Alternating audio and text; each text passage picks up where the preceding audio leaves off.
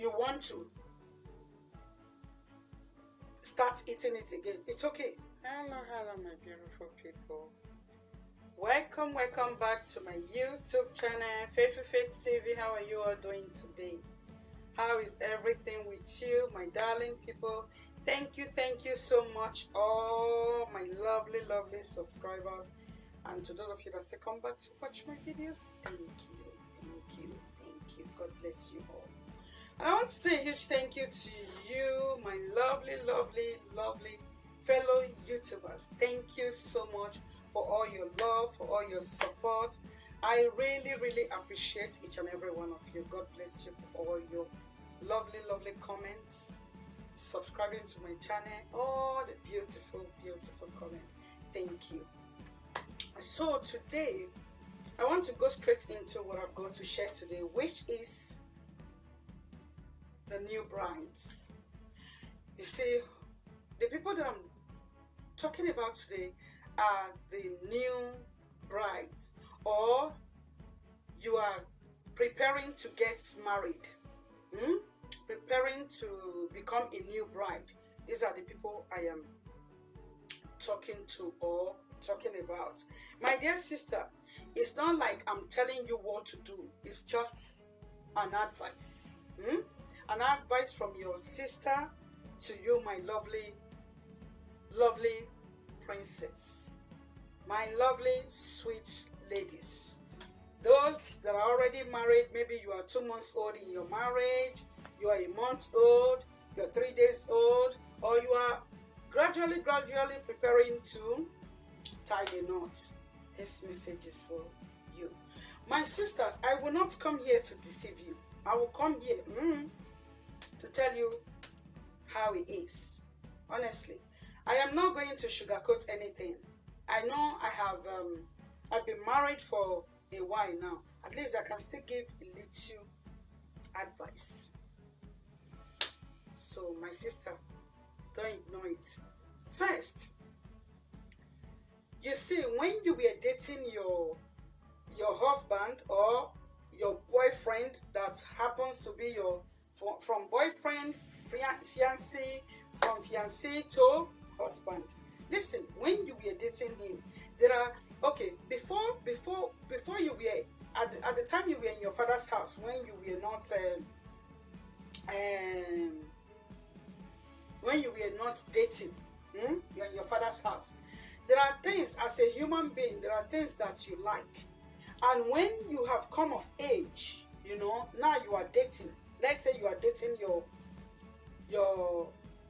boyfriend, which happens to be your husband now, or you guys are still fiancé. There's a Ghana pastor that will say fiancé, fiancé. Maybe you guys are still fiancé, fiancé. You are not. You have not tied the knot yet. You guys are still preparing towards that area. Let me tell you, there are things as a human being that you don't like. I am not talking to the man. Remember, I said this is for you, the bride. There are so many things that you don't like. Maybe you don't like eating eba in your father's house. My dear, I would say maintain it. Don't try to do that you want to please the guy. Your father and your mother, your siblings, they all know that you don't like eba. Instead of you to eat eba, probably you eat semo or you eat pounded yam. Maintain it that way. Another thing I would like you not to do, remember this in your mind, do not pretend. I'm telling you, don't pretend. And don't try to please anybody. All these things, don't please anybody. So, let me go back to food. If you are the type, you don't like to eat beans. I know that so many people don't like beans because of the heartburn. It's okay. Even sometimes I myself, I run away from beans. Maintain it. Except willingly on your own. You want to start eating it again. It's okay. But what am I saying? Do not do anything to please your husband. Do not do anything to displease yourself. Do not do anything in the level of pretending. Don't bring all those one in. It's going to purge you. I'm telling you. That's it. Another one. If you know that, if you know that you will not like your husband's sister, your husband's nephew, your husband's niece to come and live with you, also, don't allow your own sibling, your own people to come and live with you. Is somebody hearing me? I will say that again. This is where the trick is. If you know that you will not allow your husband's sister, your husband nephew, your husband niece, your husband relative to come and live with you in your home, also make sure you avoid for your own people, for your own sibling, not to come and live with you. I am not talking about mother-in-law. I'm not talking about that. Of course, your mom will definitely come at the time you give birth. That's if you still have. I pray that you have. Your mother-in-law will come. Your mom will come. I'm not talking about, of course, those one will come, they will stay, they will go. But when it comes to you not allowing your husband people, especially all this is my elder sister's daughter, is my sister's son. If you will not allow it, do not allow your own also to come and stay with you guys. Another thing I would like you to know is, don't allow anything like house girl to come and live with you. Don't allow house girl, don't allow house boy. Except you have your husband has employed the gate man, which we all know that the gate man's room is just by the gate there. Leave it and let it be there. They normally know how to do it when they wake up in the morning, they wash the car. And, you know, tidy up the car for madam or for Oga to drive out. That's all right. That one is okay. You see, house girl, house boy, don't do that. You have too much money. Your husband is so rich. You don't want to wash the messy plate. You don't want to scrub the floor. You don't want to mop the house. You don't want to wash. You don't want to iron. My dear, bit by bit by bit by bit, learn how to arrange your house very well. Keep up with your things so that you don't give yourself too much work. I'm telling you, avoid that. And again, there's one thing I want to say, because I hear people say this a lot. You see, your husband is not a baby that will be waking up 12 midnight, 1 a.m., 2 a.m. asking for food. No. No man in his right senses will just wake up like a brand new baby and start crying for food. No. Listen, I hear people say this.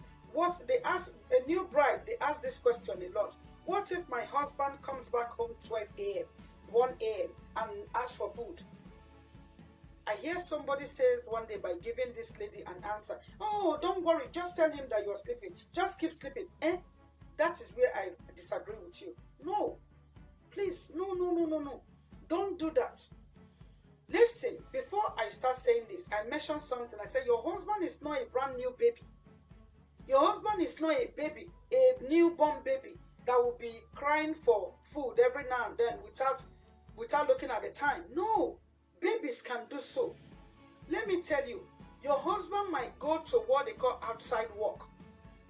Your husband might be back on a trip, then at the time he gets to the airport, maybe they arrive on time. Before he struggles from the airport to where you live, the hold up is just too much. The traffic is just too much. And he's head in traffic. And the man stays maybe into the late night. What do? You cannot stop him. You need to come downstairs. Come to the kitchen, my dear. Prepare something for him to eat. Or better still, ask him what he will eat. Don't do that thing of, no, don't come down. Oh, remain in bed. Tell him you're already sleeping, except you want to go back to your father's house. I am not saying that you are a slave. You put yourself in his shoes. You don't know whether the man even had anything. You don't know. So because you that is almighty wife is already sleeping, then you cannot come downstairs or come to the kitchen and make your husband something. Please, Don't take that advice. Don't do that. It's very, very bad. Please, it's very, very, very bad. That's one thing I want to let you know. You see all these things, we'll still talk about more. Please, keep to it. We'll talk about more. A lot. This video is already about 10 minutes. Let me leave you here. Thank you so much, my darling sister. See you next time. If you have not subscribed, if you have not subscribed, please support your sister by subscribing. Thank you so much. Bye bye.